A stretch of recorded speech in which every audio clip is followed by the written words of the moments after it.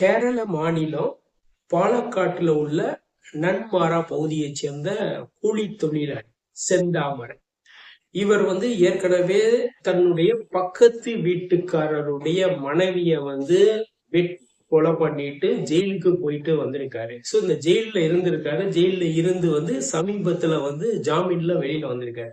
So இவர் ஜாமீன்ல வெளியில வர்றப்பயும் அந்த பக்கத்து வீட்டுக்காரர் சுதாகர் என்னன்னா போலீஸ்ல கம்ப்ளைண்ட் கொடுத்திருக்காரு. இவரால தங்களுடைய உயிருக்கு ஆபத்து அப்படின்னு சொல்லியிருக்காரு. சோ இப்படி நாட்கள் நகருது.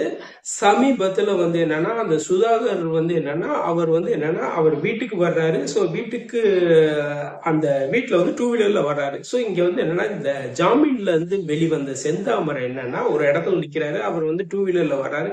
வந்த உடனே செந்தாமரை ஒளிச்சு வச்சிருந்த அருவாளை எடுத்து அவரை சராமாரியா வெட்டுறாரு. சோ சராமாரி வெட்டியை அவர் அங்க ஸ்பாட்லயே அவுட்டாரு. உள்ள இருந்து அந்த அம்மா என்னன்னா பாட்டியம்மா வர்றாங்க. அவரையும் சராமாரி வெட்டி முடிச்சிடறாரு. முடிச்சுட்டு அவர் பக்கத்துல இருக்க காட்டுக்கு உள்ள போயிடுறாரு.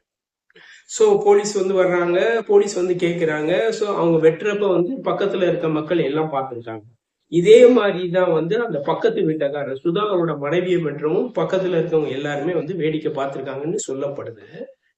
இந்த இதுல என்னன்னா இவங்க ரெண்டு பேத்துக்கு இடையில பஞ்சாயத்து என்னன்னா ரெண்டு பேத்துக்கு இடையில என்னன்னா வாய் தகராறு முட்டியிருக்கு. அதாவது செந்தாமரை வீட்டுக்கும் சுதாகர் வீட்டுக்கும் வாய் தகராறு முட்டியிருக்கு. இது ஒரு கதை போகுது. இதுக்கு முன்னாடி ஒரு கதை என்ன சொல்றாங்கன்னா, அதாவது இந்த செந்தாமரை என்னன்னா போய் ஜாதகம் பார்த்திருக்க. ஜாதகம் பார்த்திருப்ப என்னன்னா உன்னுடைய வளர்ச்சிக்கு என்னன்னா முக்கியமான காரணம் செய்வினை வச்சவங்க நீண்ட முடியுள்ள பெண் அப்படின்னு சொல்லியிருக்காங்க.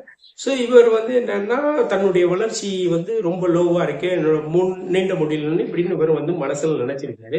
சோ இப்படிப்பட்ட நேரத்துல என்னன்னா அந்த எதிர்த்த வீட்டுக்காரருடைய பெண்ணுடைய முடி மிக நீண்டமா இருக்கு.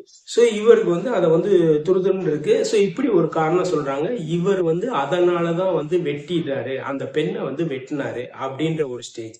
இதுக்கிடையில இவங்களுக்கு பக்கத்து வீட்டுக்குள்ள ரெண்டு பேத்துக்கும் ஒரு பகை போய்கிட்டு இருந்துச்சு. இந்த பகை என்னன்னா 3 கொலையில முடிஞ்சுது. சோ இதுக்கிடையில என்ன இவன் என்னன்னா சுதாகர் அவங்களுடைய அம்மாவை வெட்டிட்டு காட்டுக்குள்ள போயிட்டான். சோ போலீஸ் அவன் வர்றதுக்கு வெயிட் பண்றாங்க. அது என்னன்னா மத்தியானம் பசி எடுத்தோடனே அவன் பாட்டுக்கு அந்த காட்டுல இருந்து உள்ள வர்றான். சோ போலீஸ் தெரியும் உள்ள போயிருக்காங்க, ஒரு குரூப் போயிருக்காங்க. அவன் வீட்டுக்கு வர்றான். வீட்டுல போலீஸ் இதுக்காக காத்திருந்து கொத்தா பிடிச்சிட்டு போலீஸ் ஸ்டேஷன்ல வர ஏன்பா கொன்ன எதுக்கு அப்படின்னா அவன் என்ன சொல்றான்னா அவனுக்கு ஜாமீன்ல விட்டப்பையும் சரி அந்த இறந்து போன சுதாகர் சொல்லுங்க இவனாலே என் குடும்பத்துக்கு ஆபத்து அப்படின்ற விஷயமும் சொல்லியிருக்கான். சோ இப்போ என்னன்னா அவன் போலீஸ்ல என்ன சொல்லியிருக்கான்னா தான் ஒரு புலி வேட்டையாட வந்திருக்கதா அவன் சொல்லியிருக்கான். சோ இதோட மட்டும் இல்லாம என்னன்னா அவங்களாலதான் என் குடும்பம், அதாவது மனைவி, என்னுடைய 2 மகள்கள் பிரிஞ்சு போயிட்டாங்க. அதனாலதான் நான் கொலை செஞ்சிருக்கேன். இதுக்கு அடுத்து என்னன்னா என்னுடைய மனைவி, என்னுடைய 2 மகள்களையும் கொலை செய்வேன் அப்படின்ற மாதிரி சொல்லியிருக்காங்க.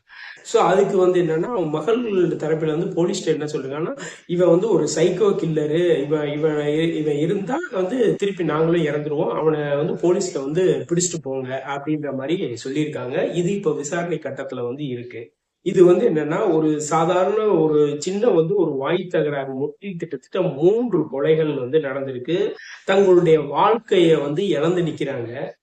ஜோதிடம்ன்றது அது ஒரு உண்மையான விஷயமா இருந்தாலும் அதுக்காக உட்கார்ந்த இடத்துல எதுவுமே வராது, நம்ம தான் உழைக்கணும் அப்படின்றத நினைக்கணும்.